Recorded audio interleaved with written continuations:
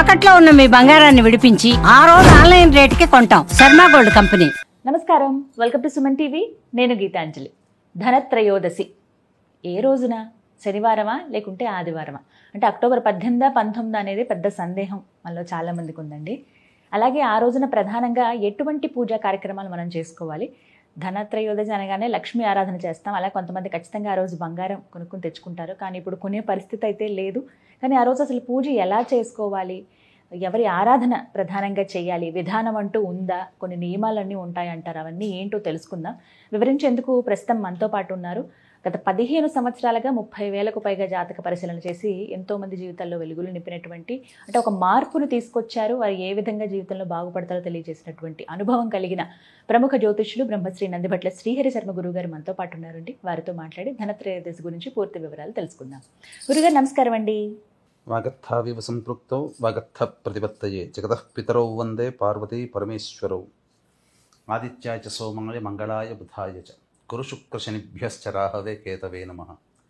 శృంగేరి జగద్గురు పీఠాధిపతులకి, కంచి పీఠాధిపతులకి నమస్కారములు తెలియజేసుకుంటూ కార్యక్రమాన్ని ప్రారంభిద్దాం. గురుగారు, ధనత్రయోదశి ఫస్ట్ డేట్ ఒకటి చాలా సందేహం వచ్చేసిందండి. ఏ రోజున అనేది?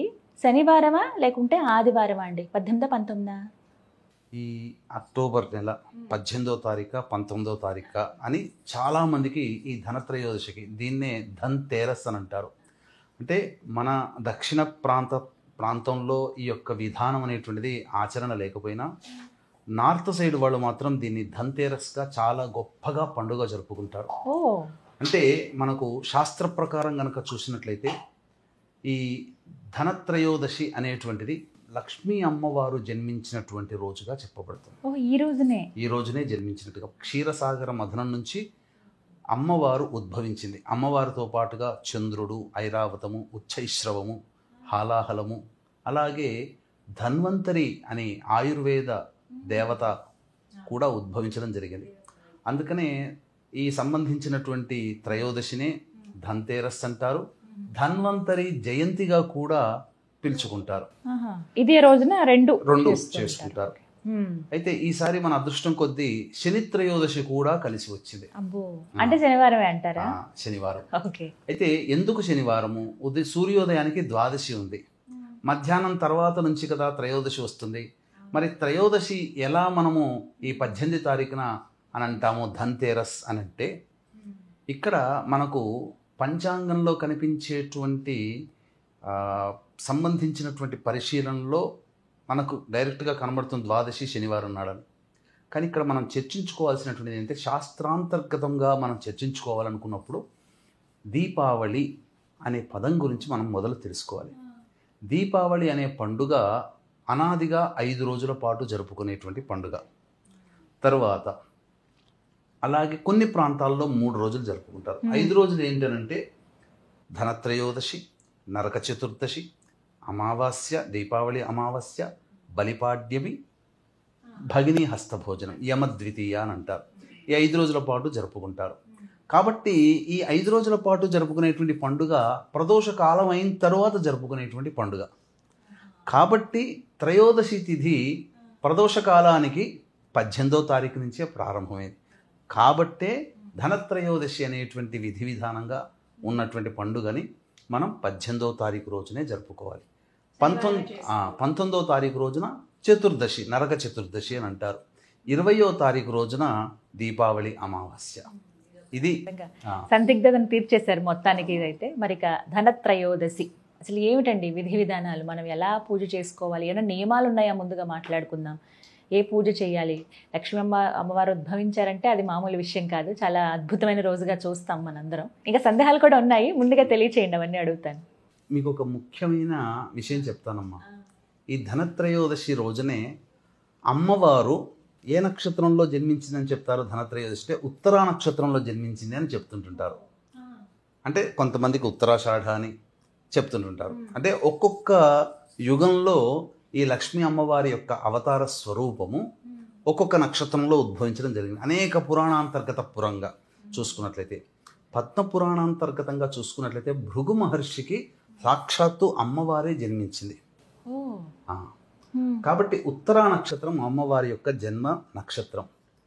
18వ తారీఖు రోజున ప్రదోషకాల సమయంలో ఉత్తరా నక్షత్రం ఉంటుంది, ప్రవేశిస్తుంది. మంచి ముహూర్తం. 18వ తారీఖు అంటే ధనత్రయోదశి ఏ దేవత మీద ఏర్పాటు చేయబడింది? లక్ష్మీ అమ్మవారి పేరు మీద. కాబట్టి ఈ రోజున ఉత్తరా నక్షత్రం కూడా ఉండడం వల్ల మరింత పవిత్రత, మరింత మహిమను సంతరించుకున్నది ఈ సంవత్సరం వచ్చే త్రయోదశి, ధనత్రయోదశి అని చెప్పవచ్చు. గురుగారు, ముఖ్యమైన ప్రశ్న అడుగుతున్నాను. అందరూ ఎంతో ఆసక్తిగా ఎదురు చూసేది, అడగాలనుకునేది, బంగారం కొనటం. ధనత్రయోదశి రోజు బంగారం ఖచ్చితంగా కొనాలా, లేదు బంగారం కాదు ఇంకా చాలా ఉన్నాయి అని అంటే కనుక అసలు ఏం తీసుకోవాలి? ఆ రోజున ఏం కొనుక్కోవాలి ధనత్రయోదశి రోజు?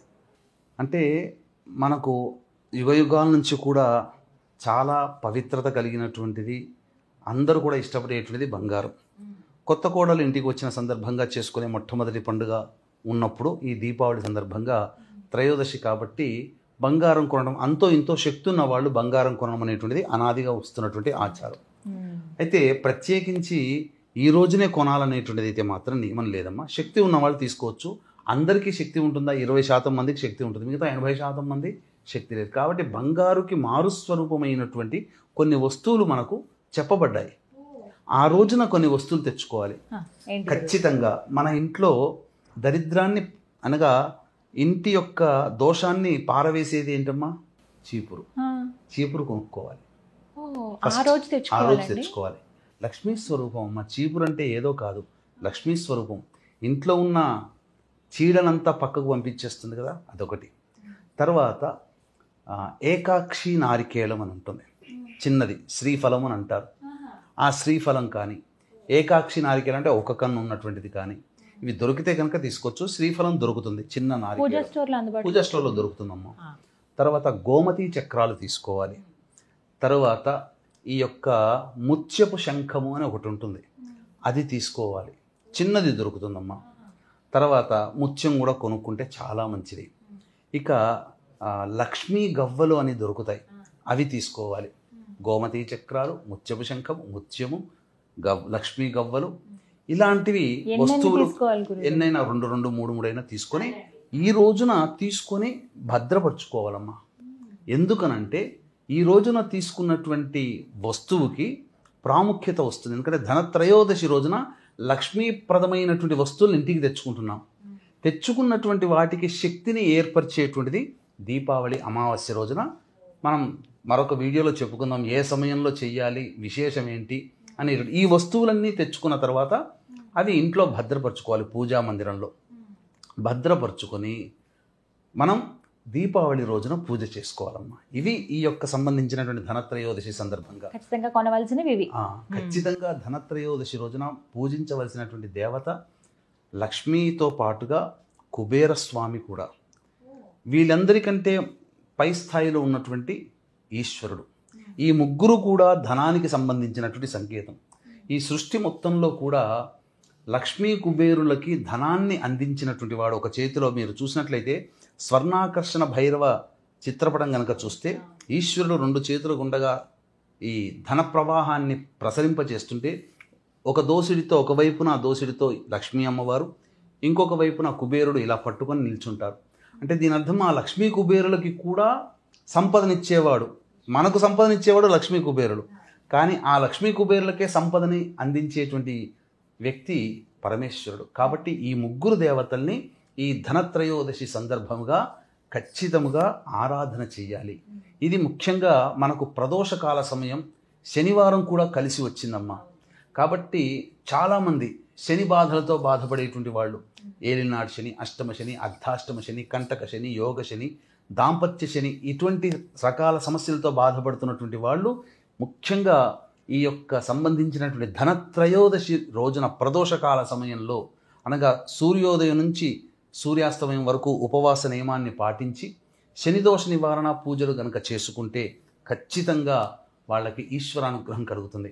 ఈ యొక్క సందర్భంగా వీక్షించేటువంటి ప్రేక్షకులు కూడా గమనిక, ఈ 18వ తారీఖు రోజున శనివారము ప్రదోషకాలంలో త్రయోదశి తిథి ఉంది కాబట్టి ఈ పర్వదినాన్ని పురస్కరించుకొని ధనత్రయోదశి, శని త్రయోదశి 2 కూడా అయినటువంటి కారణం చేత ముఖ్యంగా ఈ ధన్వంతరి జయంతి కూడా అయింది కాబట్టి మన పీఠమాధ్వర్యంలో మేష మిథున కర్కాటక సింహ కన్య వృశ్చిక ధనస్సు కుంభమీన రాశిలో జన్మించిన వారికి శనిదోష నివారణ హోమాలు, అలాగే లక్ష్మీ కుబేర హోమము, ధన్వంతరి హోమము, జాతకరీత్యా ఉన్నటువంటి పలు సమస్యల నివారణకి వివిధ రకాల హోమాదులు జరిపించి కరుంగలి మాల మీకు శక్తిపాతం చేసి ఇవ్వడం జరుగుతుంది. శనిత్రయోదశి అంటే శనికి సంబంధించిన చెట్టే జమ్మి చెట్టు. ఆ జమ్మి చెట్టు నుంచే కరుంగలి మాల వస్తుంది. అత్యంత మహిమాన్వితమైనటువంటి రోజున మీకు శక్తిపాతం చేసి ఇవ్వడం జరుగుతుంది. అవకాశం ఉన్న వాళ్ళు కార్యక్రమ తదనంతరం కాంటాక్ట్ చేసి పూర్తి వివరాలు తెలుసుకోవచ్చు. ఇక మనం ఈ యొక్క త్రయోదశి తిథి రోజున ఈశ్వరానుగ్రహాన్ని పొందే ప్రయత్నం చేయాలి. సకల బాధలు కర్మదోషాలు తొలగిపోవాలనుకున్నప్పుడు ప్రదోషకాల సమయంలో శనివారం రోజున 18వ తారీఖమ్మ, ఆ రోజున పరమేశ్వరునికి బయట అనేక దేవాలయాల్లో బయట కూడా ఒక శివలింగాన్ని ఏర్పాటు చేస్తున్నారు.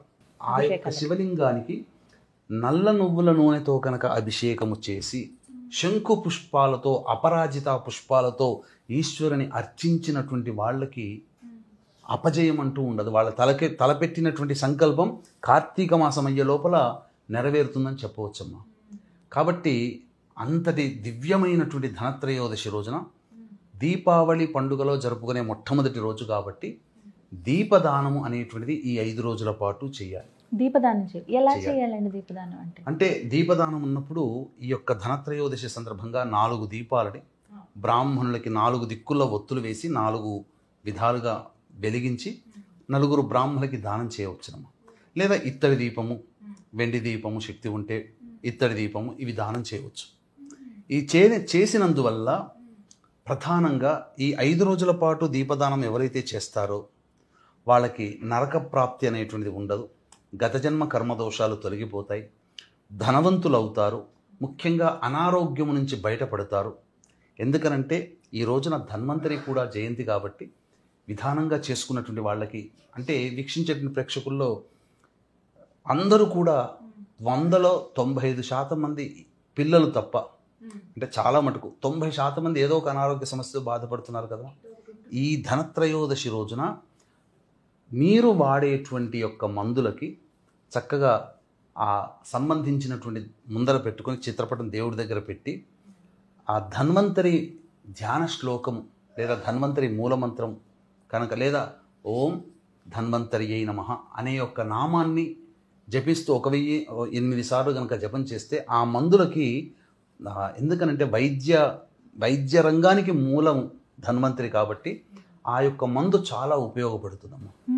చాలా మటుకు చెప్పదలిచినట్లయితే కొత్తగా ఏదైనా మందు వాడాల్సినప్పుడు ఈ ధనత్రయోదశి రోజున రోగానికి మందు వాడతారు. అద్భుతంగా పనిచేస్తుంది. ఇప్పటికీ కూడా నాకు తెలిసినటువంటి ఆయుర్వేద వైద్యులు, ఈ సంబంధించినటువంటి ఆయుర్వేద వైద్యులు వైజాగ్లో ఉంటారు. తేజస్వి అని, విశ్వనాథ్ తేజస్వి అని, చక్రవర్తుల విశ్వనాథ్ తేజస్వి.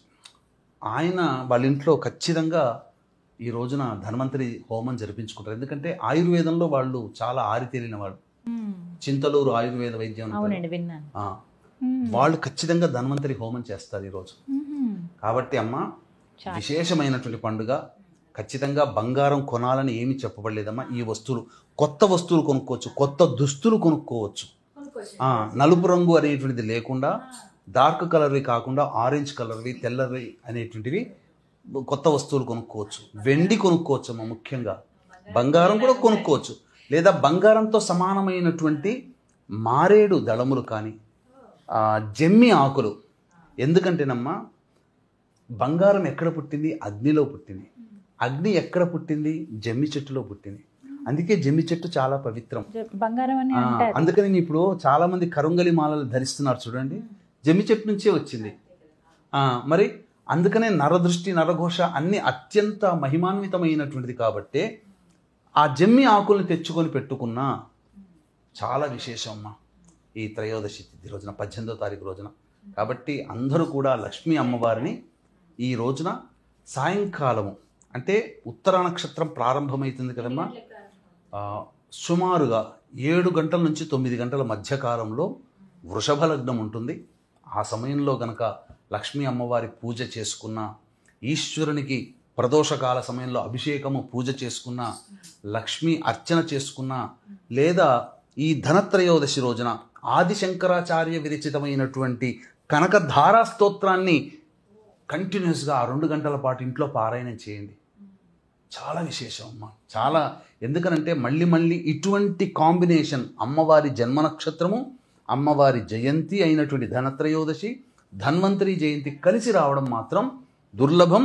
మరియు శనివారము కూడా కలిసి రావడం అనేది అత్యంత దుర్లభమైనటువంటి రోజు.